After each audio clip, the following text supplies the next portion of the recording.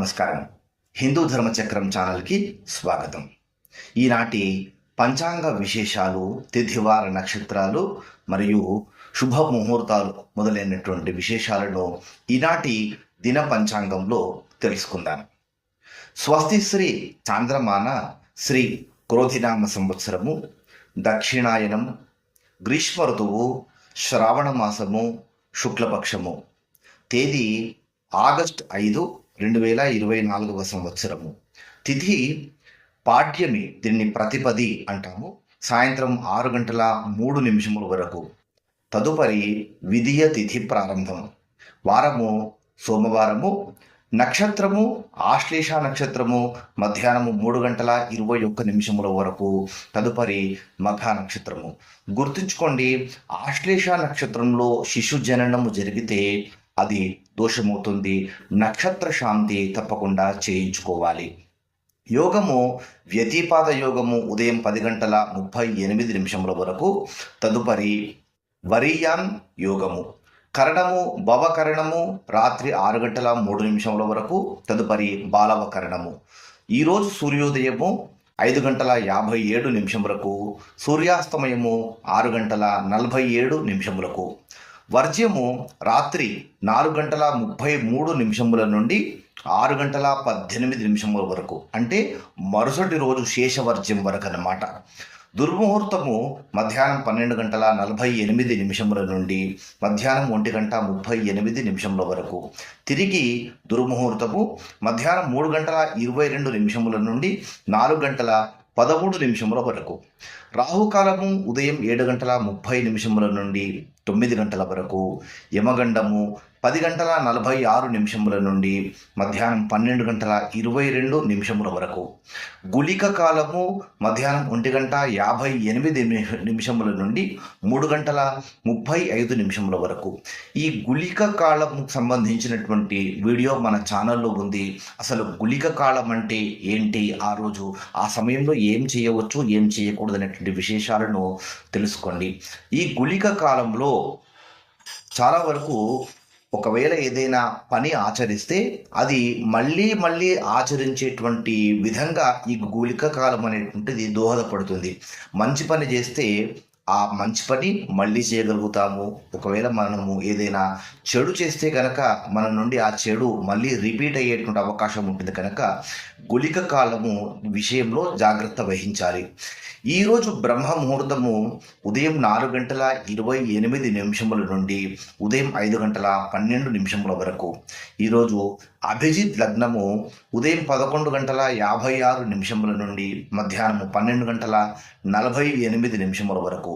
అభిజిత్ లగ్నంలో ప్రారంభించినటువంటి పని తప్పకుండా విజయాన్ని ఇస్తుంది. ఇదే విధంగా ఈరోజు అమృతకాలము మధ్యాహ్నం 1:38 నుండి 3:21 వరకు.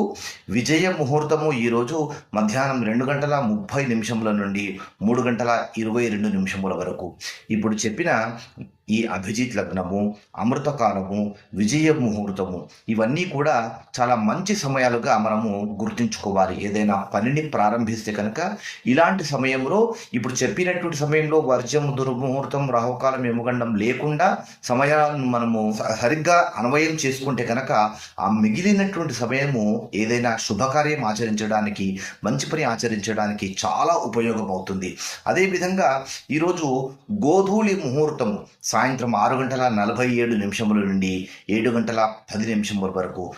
గోధూళి ముహూర్తంలో చేసేటువంటి కర్మలన్నీ కూడా చాలా వరకు సఫలమవుతాయని మన పెద్దవాళ్ళు చెబుతూ ఉంటారు.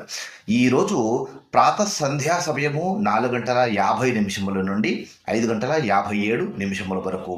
ఈరోజు సాయం సంధ్యా సమయము 6:47 నుండి 7:54 వరకు. ఇక ఈరోజు విశేషము, ఈరోజు శివనక్త వ్రతం, అంటే శ్రావణ మాసంలోని సోమవారాలలో శివనక్త వ్రతాన్ని ఆచరించాలి అని ధర్మశాస్త్రము తెలియజేస్తుంది. వాస్తవానికి శ్రావణ మాసం ప్రారంభించినప్పటి నుంచి 30 రోజుల పాటు కూడా నక్త వ్రతమును ఆచరించవచ్చు.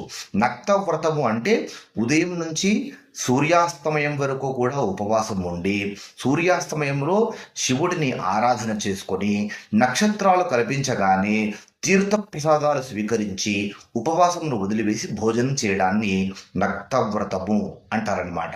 ఇది శ్రావణ మాసం అంతా ఆచరించవచ్చు.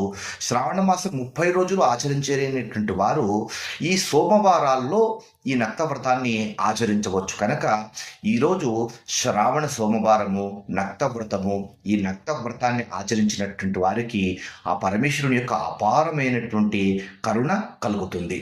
ఇది నేటి విశేషము. ఇక రేపటి విశేషము. రేపు మంగళవారం, శ్రావణ మంగళవారము. శ్రావణ మంగళవారం నాడు మంగళగౌరీ వ్రతాన్ని ఆచరిస్తారు. అంటే గౌరీదేవిని ఈ రోజున పూజించుకోవాలి. ఎవరు పూజిస్తారు? వివాహమైనటువంటి స్త్రీ మొదటి 5 సంవత్సరాలు, అంటే వివాహమైనటువంటి మొదటి సంవత్సరం నుంచి 5 సంవత్సరాల పాటు ఈ మంగళగౌరీ వ్రతాన్ని ఆచరిస్తుంది ఆ వివాహిత.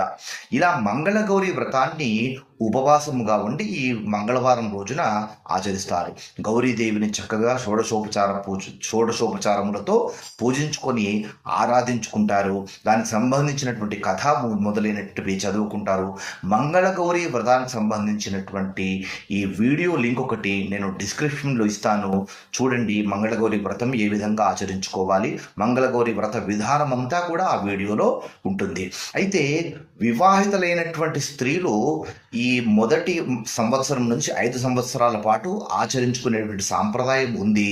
5 సంవత్సరాలు అయిపోతే మంగళగౌరీ వ్రతాన్ని ఆచరించకూడదా అని అంటే, మంగళ గౌరీ వ్రతాన్ని కాకుండా ఈ మంగళ గౌరీ దేవిని ఈ వివాహితులైనటువంటి ప్రతి స్త్రీ ఈ శ్రావణ మంగళవారం రోజున ఒక పసుపు ముద్దను తయారు చేసుకొని ఒక 2 తమలపాకుల్లో పెట్టుకొని గౌరీ నామములతో, గౌరీ అష్టోత్తములతో కుంకుమార్చన చేసుకొని ఆ కుంకుమను తమ భర్త చేత తమ పాపిట్లో ధరింపచేసుకొని కాస్త కుంకుమను మంగళసూత్రం పెట్టుకొని ఇంట్లో ఎవరైనా ముత్తైదువులు ఉన్నా, దగ్గరలో చుట్టుపక్కల ముత్తైదువులు ఉన్నా కానీ వాళ్ళని పిలిచి వాళ్ళని సాక్షాత్తు గౌరీదేవిగా భావించుకొని వాళ్ళకి ఈ మంగళ గౌరీదేవికి చేసినటువంటి కుంకుమార్చనలో ఉన్నటువంటి కుంకుమను బొటనవేలితో వారికి కూడా తిలకాన్ని పెట్టి వారి పాపిట్లో మీరే పెట్టి వారి మంగళసూత్రానికి ఈ కుంకుమను ఇచ్చి వచ్చినటువంటి వారికి చీర, పండు, జాకెటు, తాంబూలము, వాయనములు మొదలైనటువంటి శక్తి కొలది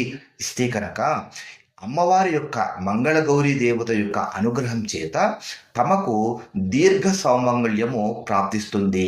భర్తకి ఏమైనా జాతకాలలో ఏమైనా అపమృత్యు దోషాలు ఉన్నా, అనారోగ్య సమస్యలు ఉన్నా వాటి నుంచి మంగళగౌరీదేవి అనుగ్రహం చేత బయటపడతారు.